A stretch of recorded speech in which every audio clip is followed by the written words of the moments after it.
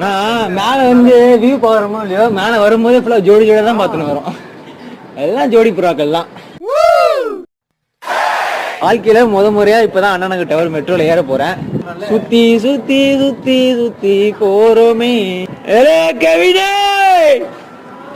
மேல வந்து நிக்கணா.